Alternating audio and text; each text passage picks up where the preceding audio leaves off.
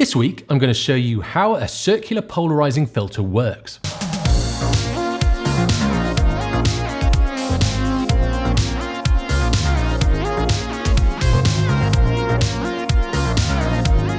When it comes to filters, the circular polarizer is normally the first one that people think about buying. It normally comes as a screw-on filter for the front of your lens. So you need to know what thread size your lenses are. I normally find out the size of the biggest lens that I have and then get that filter. Then I'll buy some step-up rings so it fits all my lenses. Then you don't have to buy lots of different sizes of circular polarizers. My biggest lens has a 77mm thread. So I bought the 77mm circular polarizer from Tiffen. I'm not sponsored by them, it's just one of the filters that I chose. You can get the Hoya Pro filter as well, and I think Hoya do a low profile one.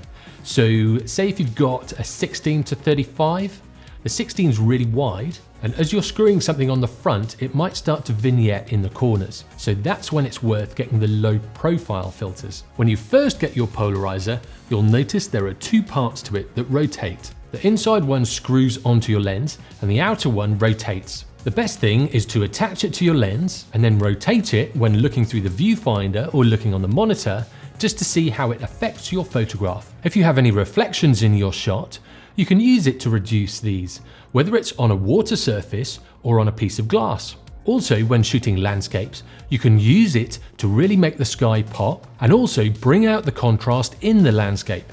There are a couple of things that you need to know to get the most out of your polarizer.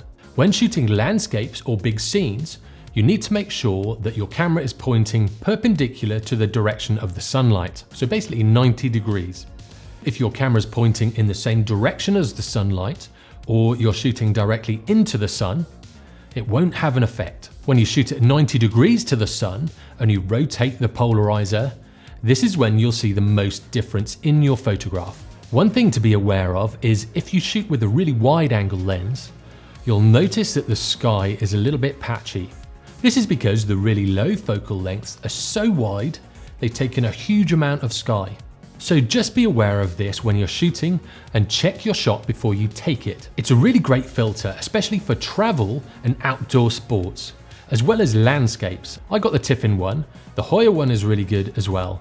There's lots of other brands. But for a reasonable amount of money, you can pick up a really good polarizing filter. And that's about it.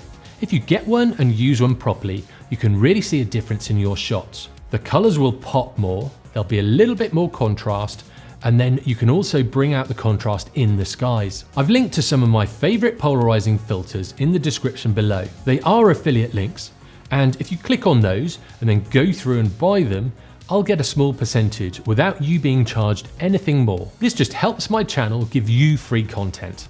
And that's what I want to keep doing, because I think there's nothing better than learning something as much and as in-depth as possible. As always, if you like what you see, give me a thumbs up. If you didn't, give me a thumbs down. And for weekly tutorials, hints and tips in photography and videography, subscribe and turn on notifications. I'll see you next time.